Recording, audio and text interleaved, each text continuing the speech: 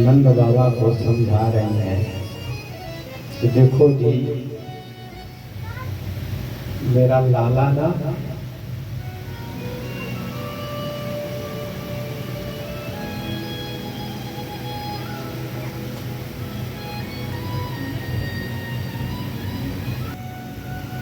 बहुत मचलता है।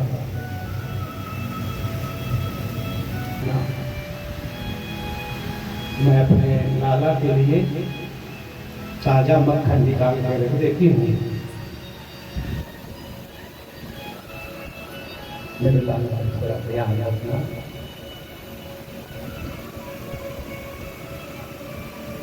नंद बाबा ने कहा, तू तो मुझको ऐसे समझा रही है जैसे वो मेरा बेटा नहीं है।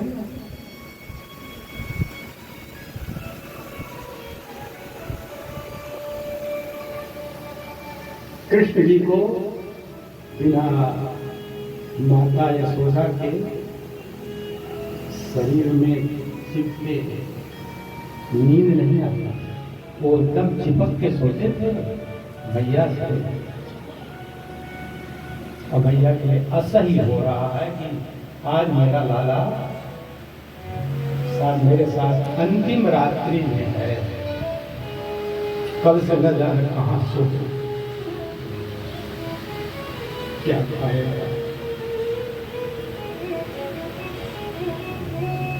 यही सब सोच सोच के खूब रो रही है यशोदा मैया। लेकिन बाकी विवशता यह है कि वो मुख से शब्द नहीं निकाल सकती कि मेरे लाला को यदि पता चल जाएगा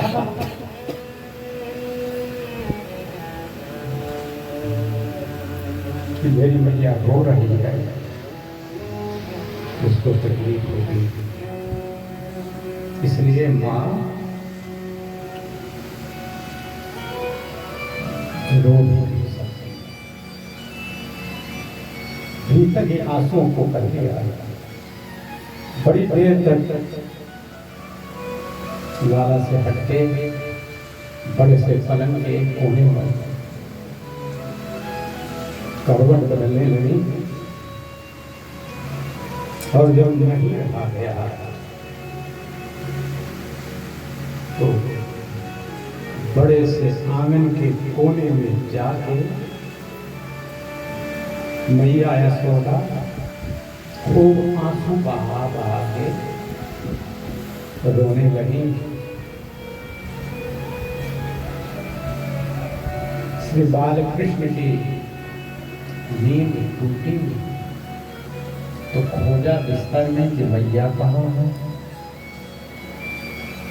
नहीं मिली मैया तो पूरे प्रकोष्ठ में खोजा, वहां भी नहीं मिली। तो श्री बाल कृष्णलाल आंगन में आ गए। वहां देखे कि मैया एक कोने में चुपचाप बैठ के आंसू बहा रहे हैं। भगवान कृष्ण मुस्कुराते हुए पहुंचे, मैया की गोद में बैठे, आंसू पोंछा और पूछा कि माँ तो रो रही है क्या। कैसे कहे, माँ कह सकती है कि हाँ मैं तुम्हारे वियोग में रो रही हूँ। आंसू पोंछ लिया। यशोदा मैया ने कहा कि मेरा प्यारा कन्हैया अब तो तू जाएगा, किंतु मैंने तुमको बहुत दौड़ा दौड़ा के परेशान किया था,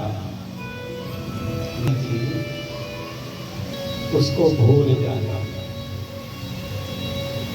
कन्हैया ने माँ का आंचल पकड़ लिया, चुंबन किया, कहा माँ मैं तो कब का भूल चुका हूँ, अभी तो गांठ बांध के रखी है क्या, तुम भी भूल जाओ। जाने को तैयार सुवर्णमय रथ नंद भवन के प्रांगण तक भीतर आ गया। गोपियों ने जब सुना कि आज तो हमारा प्यारा लाडला प्रियतम प्रेमास्पद जाएगा मथुरा।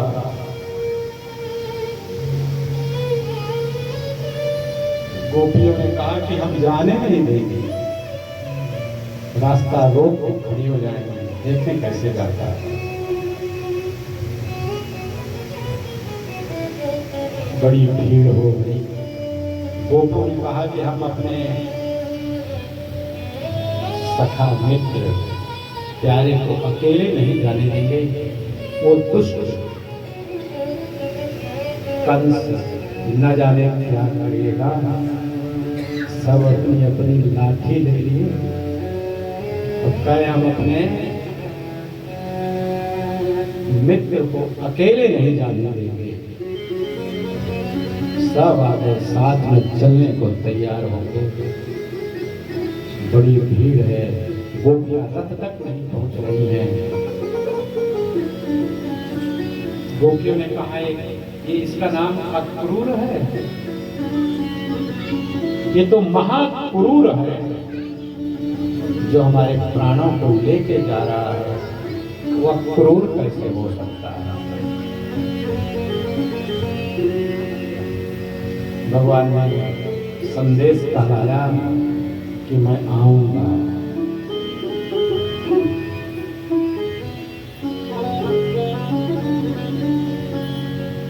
सभी गोपियों ने राधा जी से कहा कि अब तुम ही कुछ करो।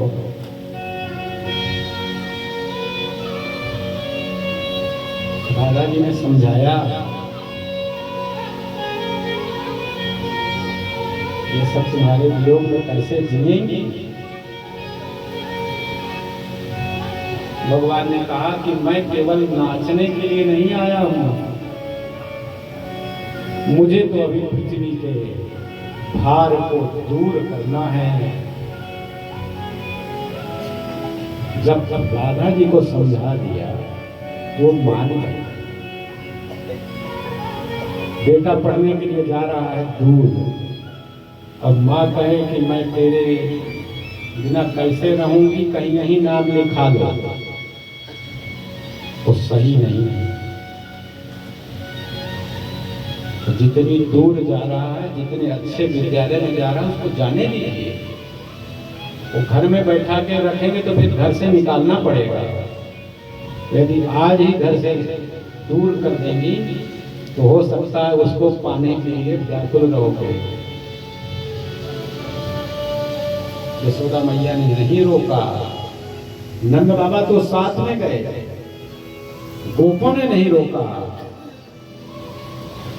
गोपियां भी मान गई। कृष्ण के वियोग में सब अत्यंत दुखी हो रही हैं, किंतु इन्हें धरती के भार को दूर करना है। भगवान ने समझाया, सब मान गई। चल दिए यमुना में डुबकी लगाई। बड़े दुखी हो रहे थे क्रूर जी कि वो कंस न जाने क्या क्या करेगा। तो कंस ने जैसे ही यमुना जी में डुबकी लगाई तो देखा कि दोनों बालक यमुना के जल के भीतर डूब गए। परेशान हो गए, बाहर देखे तो दोनों रथ के सिंहासन पर विराजमान है। फिर डुबकी लगाए, फिर जल के अंदर। मानो बताया भगवान ने कि तू डरो मत चाचा, मैं सर्वज्ञ हूँ, मैं सब कुछ जानता हूँ। निश्चिंत हो गए। अक्रूर जी मथुरा पहुंच गए। मथुरा के नर नारी भगवान नारायण के दर्शन के लिए व्याकुल थे। कंस का आदेश था कि कोई उसके स्वागत में खड़ा नहीं होगा, लेकिन कौन मानता है। भगवान कृष्ण तो जन्म के बाद पहली बार जा रहे हैं। आधी रात को आ गए थे, किंतु भगवान की ये कथाएं रोज की रोज मथुरा में पहुंची थी। प्रत्येक मथुरावासी भगवान के दर्शन के लिए व्याकुल था। ऐसी भीड़ उमड़ी कि कंस देख के परेशान हो गया। भगवान धोबी का उद्धार करते हैं, वस्त्र लेते हैं। सुदामा नाम का एक माली था, वो माला पहनाता है। 3 जगह से टेढ़ी उपजा, चंदन घिसके कंस को पहुंचाया करते थे। उस पर जब दृष्टि पड़ी, छिप छिप के गलियों से अपने आप को बचाते कि किसी दृष्टि न पड़े, उपजा जाती थी। भगवान ने देखा प्रकारी सुंदरी, उपजा को लगा कि कोई मुझसे परिहास कर रहा है, मजाक कर रहा है। तो अपना थोड़ा सिर उठा के देखी तो कहा कि मुझे आप सुंदर कह हो, सुंदरी। भगवान ने कहा तू बहुत सुंदरी है, बहुत सुंदर है। भगवान ने कहा तुम्हारा मन बहुत सुंदर है। दुनिया वाले तो तन को देखते हैं और मैं तो मन को देखता हूं। और तत्काल अपने दर्शन का फल दिखाया। नारायण श्री कृष्ण ने उसके एक पैर पर अपना अंगूठा रखा और एक दाढ़ी पकड़ के खींच लिया। वस्तुतः परम सुंदरी हो गई वही। पकड़ लिया पीतांबर। उपजा ने कहा चलो मेरे घर। भगवान ने कहा नहीं नहीं देवी, अभी तो जो बुलाया है ना उसके यहाँ जाऊंगा। अभी तो मेरी प्रतीक्षा कर रहा है बेचारा बड़ी बड़ी सब्री से। भगवान पहुंच गए, धनुष का दर्शन किया, टूट गया। बड़ी भयंकर ध्वनि हुई। कंस के कानों में पहुंची तो कपने लगा। अब पहुंचना है रंगमंच में, तो एक कुबलया पीठ नाम का महाबलशाली हाथी, जिसके पास 60,000 हाथियों का बल था,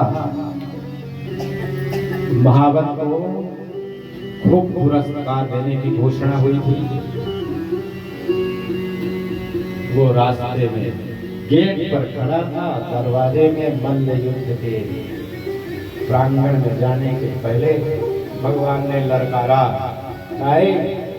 रास्ता दो जाते हो। मार्गम नो देह्य पात्रम माचिरम। अम्बस माने मार्गम नो अस्माकं देहि, और नहीं देंगे तो नोचे सकुंजरम त्वाद्य नयामि यम साधनम। यदि नहीं दोगे रास्ता ना, तो कुंजर माने हाथी, सकुंजरम माने कुंजरेण सहितम त्वाम यम साधनम यमपुरी यमलोकम नयामि भेज दूंगा। दोनों को साथ है। एक तो ऐसे ही मत वाला था, उसको मद भी पिलाया गया था हाथी को। झपटा भगवान कृष्ण की ओर, भगवान ने सूंड पकड़ के हिलाया, जैसे पूर्ण विकसित कमल की नाल को कोई हाथ में लेके घुमा दे, उसकी पूरी पंखुड़ियां तितर बितर हो जाती हैं। उसी तरह से कुबलया पीड़ का पूरा शरीर छिन्न भिन्न हो गया। उस हाथी के दांत को भगवान कृष्ण ने अपने कंधे पर रख लिया और पहुंच गए उस रंगमंच में, जहां सबसे ऊंचे मंच पर कंस बैठा हुआ था और 2 बड़े बड़े पहलवान। कौन कौन थे पहलवान? मुष्टिक और चाणूर। बुला रहे थे, ललकार रहे थे कृष्ण को। तो कृष्ण जी ने कहा कि भाई देखो, ये मल्ल तो बराबरी वाला होता है, और तुम लोग तो इतने बड़े बड़े पहलवान हो, बलवान हो, मैं तुम लोगों से नहीं लड़ूंगा। तो मुष्टिक चाणूर ने कहा कि न बालो न किशोरस्तम त्वमेव बलिना वरः, न तुम बच्चे हो न तुम किशोर हो, तुम तो बलवानों के भी बलवान हो। जिसने लीला ही लीला में कुवलया पीड़ जैसे महा मत वाले हाथी को मार दिया है, वो नहीं हो सकता। ललकारा जब बार बार तो कूद पड़े नारायण श्री कृष्ण। तुमके बड़े भैया बलभद्र महाराज थे, तो सोचे कि वो दो हैं, दो हम भी हैं, तो ये भी कूद पड़े। चाणूर के साथ कृष्ण और मुष्टिक के साथ बलराम जी भिड़ गए और लीला ही लीला में दोनों का उद्धार कर दिया। कंस ने कहा कि ये बाबा नंद को कैद में कर लो, इनको मृत्यु दंड दे दो। भगवान उछले कंस के उच्च आसन में पहुंचे, तलवार निकाल के मारना चाहा, भगवान उसका भी कल्याण कर दिए।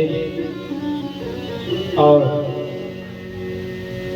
उग्रसेन को राजा जो कैद में था, और राजा की आज्ञा से अपने माता पिता के पास गए। दूध नहीं पिलाया था देवकी ने एक दिन, और जब देखा कृष्ण को, अपने बेटे को, तो प्रेमाश्रु और स्तनों से दूध की धारा दोनों एक साथ निकलने लगे। माँ ने खूब आशीर्वाद दिया, क्षमा मांगे कि मैंने अपने बाल लीला का सुख आपको नहीं दिया, ये सब देवानुकूल है, क्या करूँ माँ, मुझे क्षमा कर देना। वसुदेव जी ने इनका यज्ञोपवीत संस्कार कराया और ये पढ़ने के लिए चले गए उज्जैन में, महाकाल की नगरी में। वहाँ सांदीपनी मुनि के यहाँ पढ़ते हैं। 64 दिनों में 64 कलाएं सीख ली। लकड़ी लेने के लिए गए। एक मित्र था इनका ब्राह्मण, जिनकी कथा मैं कल सुनाऊंगा। दोनों टंग गए, वर्षा होने लगी, बिजली गिरने लगी, दोनों रात भर एक वृक्ष में टंगे रह गए। प्रातः काल सांदीपनी मुनि गए, देखे कि इतना समर्पित शिष्य, खूब आशीर्वाद दिया।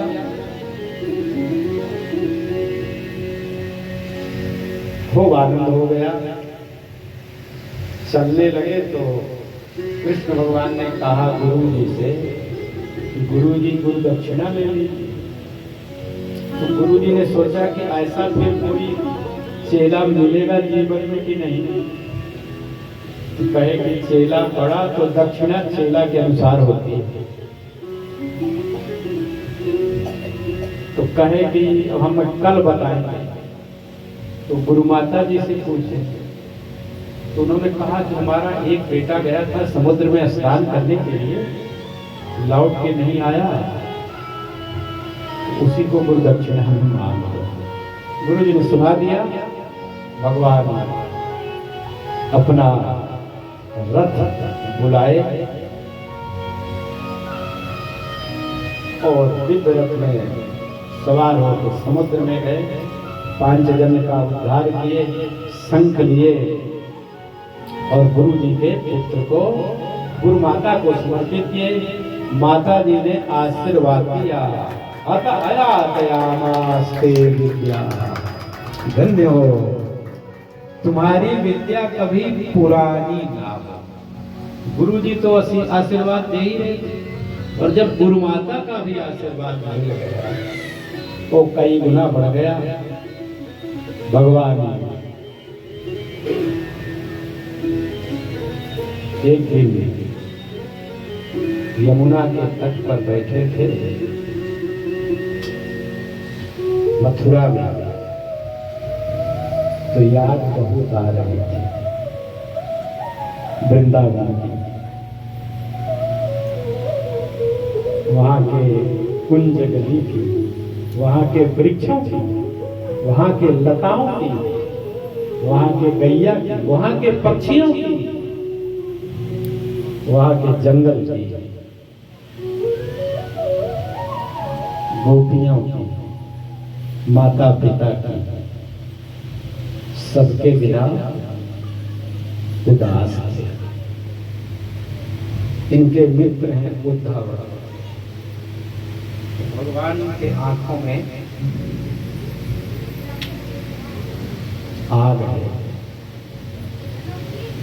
जो हृदय से निकल पड़ते हैं।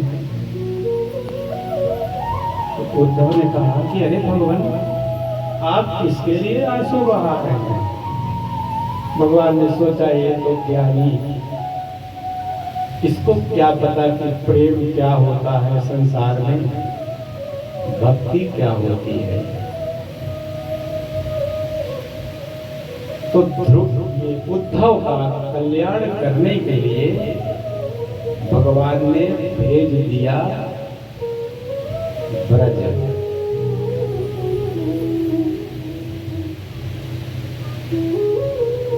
इधर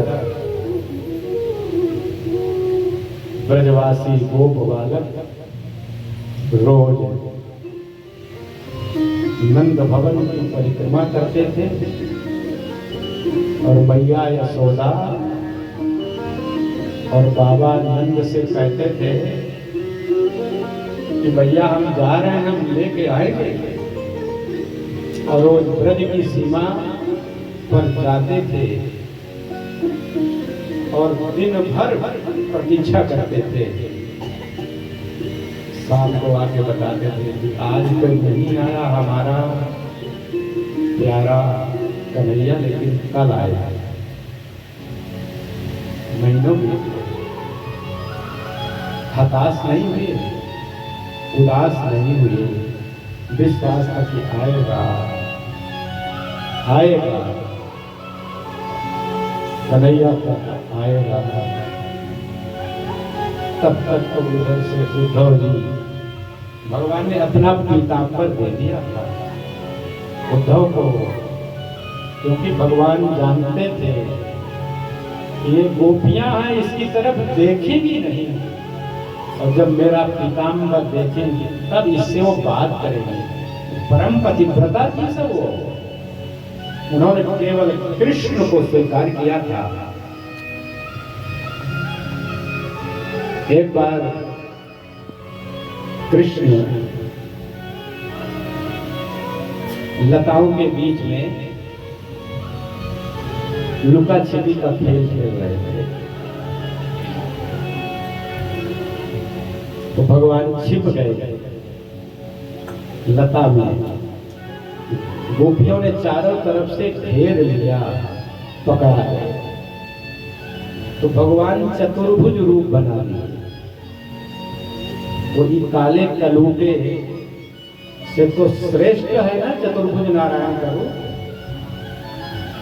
तो गोपियों ने प्रणाम किया चतुर्भुज विष्णु को और कहा कि भगवान कृपा करके हमारे सामने सलोने प्राण प्रियतम को बता दो कहां। उनको भगवान से नहीं प्रेम था, कभी अपने पति से अलावा ब्रह्म नहीं माना, वो केवल कृष्ण को ही मानती थी। कृष्णम विदुः परम कांतम नतु ब्रह्मतया मुने गुण प्रवाहो परमः कासाम गुणधियाम कथम। भगवान ने इसे अपना पीताम्बर दिया, वो रथ आया, गोप बालक देखे तो दूर से चिल्लाए, अरे कन्हैया प्यारा आ गया, कन्हैया आ गया, आ गया, सब चिल्लाने लगे।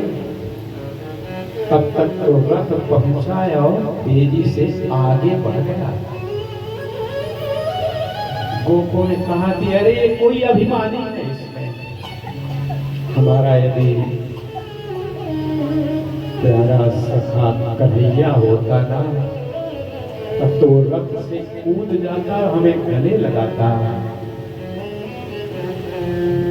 लेकिन देखा कि ये तो पीताम्बर हमारे प्यारे कृष्ण का है।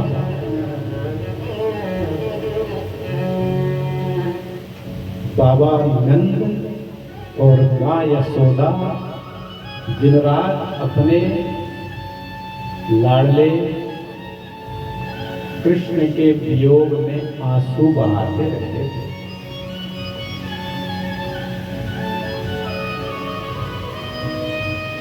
पहुंचे उद्धव जी नंद भवन में।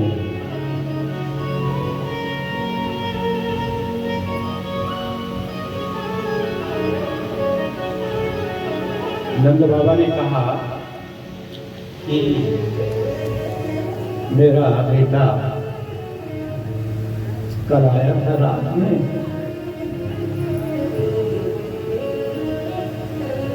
पलंग पर आके सो गया ऊपर। मैं रात उसको देखता रहा। प्रातः काल कर देखा तो वो झूले में था ही। गोपियां आ गई। एक गोपी ने कहा कि कल आया था मेरा प्यारा, मुझे यमुना जल लाने में थोड़ी देरी हो गई थी तो मुझे डांटा, मेरा घड़ा मेरे सिर में रखा और यहां तक पहुंचाया। और फिर जब मैं उसको पीछे देखी तो भाग गया। उद्धव जी ने देखा कि अरे इनसे तो कभी अलग है ही नहीं, ये तो हमेशा अपने पास ही उनका अनुभव कर रही हैं। तो गए तो थे गुरु बन के ना, ज्ञान का उपदेश देने के लिए। प्रातः काल यमुना में स्नान करने के लिए गोपियां जाती हैं। रोज यमुना में बालू की मूर्ति बना के कृष्ण की पूजा करती थी। तो एक भ्रमर को देखा गोपियों ने, और भ्रमर को संकेत करके 8 बज गए हैं और मुझे 8 बजे उन्होंने कहा कि इन पवित्र गोपियों के चरणों को छूने की मेरे में शक्ति नहीं है। तो पैर नहीं छुए तो क्या? तो कहा मैं तो इनके चरणों की धूली को प्रणाम करता हूं। वंदे गोप व्रजस्त्रीणां पाद रेणु, रेणु माने धूली, रजा अभीक्ष्णसः, मैं गोपियों के चरणों की धूली की वंदना करता हूं। क्यों? यासां हरिकथोद्गीतं पुनाति भुवनत्रयं,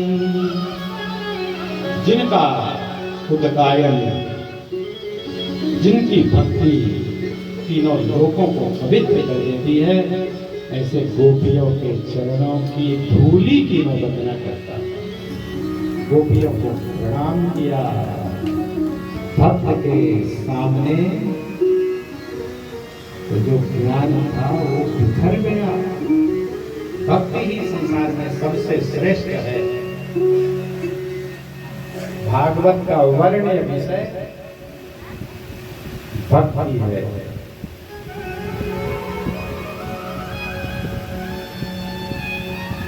कंस जब चला गया तो कंस की 2 पत्नी अस्ति प्राप्तिष्ठ, जब विधवा हो गई तो अपने पिता जरासंध के जाके बताई। जरासंध 23 अक्षौहिणी सेना लेके आया। भगवान भाग लेते हैं, कामने से लड़ेगा। पूरी सेना को नष्ट भ्रष्ट किया और उनको दुष्काल को भगा दिया। कालयवन का उद्धार किया भगवान ने। और भीष्मकपुर के एक राजा, भीष्मक के कुंडिनपुर के राजा, इनकी एक पुत्री थी, उसका नाम था रुक्मिणी। उनका भाई रुक्मी शिशुपाल से विवाह करने के लिए पूरी तैयारी कर लिया। निमंत्रण पत्र भी भेज दिया, पूरी तैयारी। तो रुक्मिणी ने एक ब्राह्मण के द्वारा अपना संदेश भेजा द्वारिकापुरी में। जब रोज रोज यहाँ युद्ध होने लगे मथुरा में, तो भगवान समुद्र के भीतर एक पुरी बना लिए जिसका नाम है द्वारिका, जहाँ भगवान आज भी विराजमान है। और जब वो समझ रहा था कि मेरी प्यारी रुक्मिणी मेरे बिना व्याकुल होगी, भगवान ने कहा जाओ बता देना कि मैं आ रहा हूं। और इधर विवाह की पूरी व्यवस्था,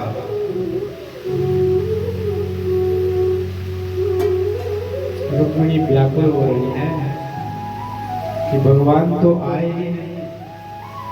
मत संदेश हरो द्विजहा, वो ब्राह्मण भी नहीं आया, न जाने क्या है। और ये रुक्मिणी जी हैं कौन? राम जन्मनि या सीता, कृष्ण जन्मनि रुक्मिणी। राम जन्मे जो राम जी के साथ रहती थी, क्या नाम था उनका? राम जी के साथ जो रहती थी उनका क्या नाम था? सीता। अच्छा, हम तो जानते थे कि जानकी जी थी। अच्छा, सीता थी कि जानकी थी? जानकी थी कि सीता जी थी? जानकी नहीं थी। तो कि जनक जा थी कि पहले ही थी कि जनक दुलारी थी? कहो कुछ का सब हुआ है वाह। तो राम जन्मनि या सीता, कृष्ण जन्मनि रुक्मिणी। राम जन्म में जो वैदेही जी थी, जनक पुत्री माता सीता, वही कृष्ण जन्म में क्या हो गई? रुक्मिणी व्याकुल थी। तो जब विवाह ना हो तो किसकी पूजा करनी चाहिए? हमारा भी विवाह कराना। गई भवानी भवन बहोरी, वंदी चरण भोली कर जोरी। बोलिए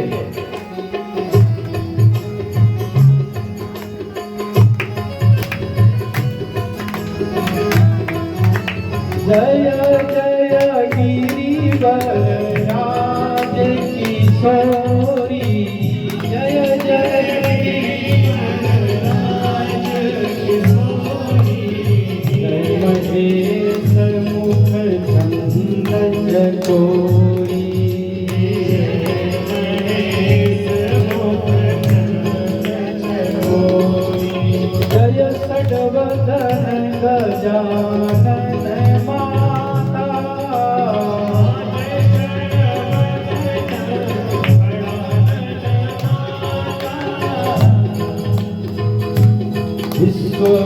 जननी दामिनी द्वितीया, विश्व जननी भव भव विभव पराभव कारिणी, भव भव विभव स्वविमोहिनी स्ववश विहाय,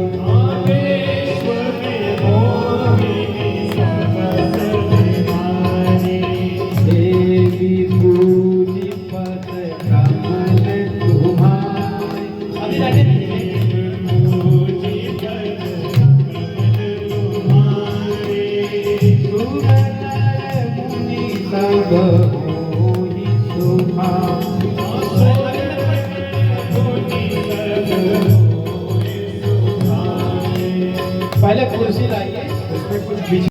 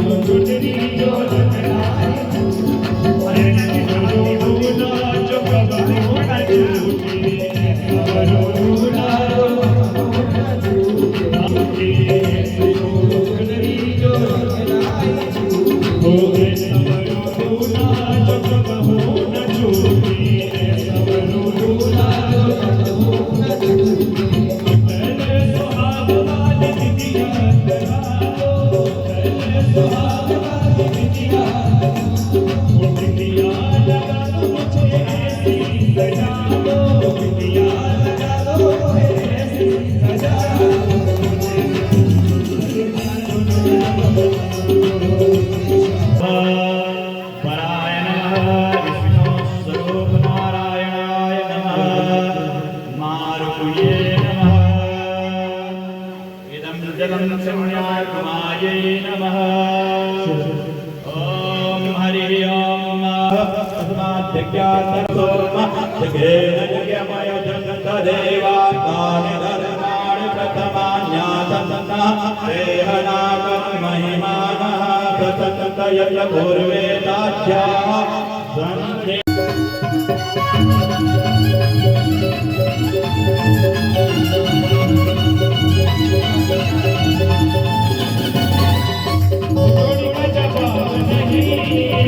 जोड़ी का जवाब नहीं, जोड़ी का जवाब नहीं, जोड़ी का जवाब नहीं, आज बने ने चला, जोड़ी का जवाब नहीं, आज बने ने चला, जोड़ी का जवाब नहीं।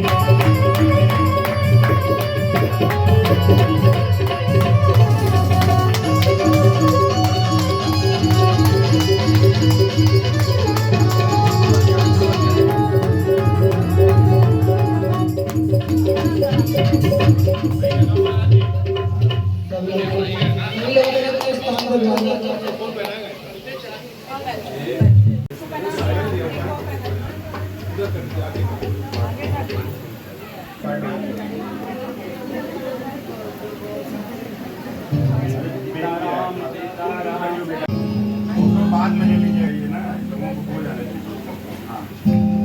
सभी लोग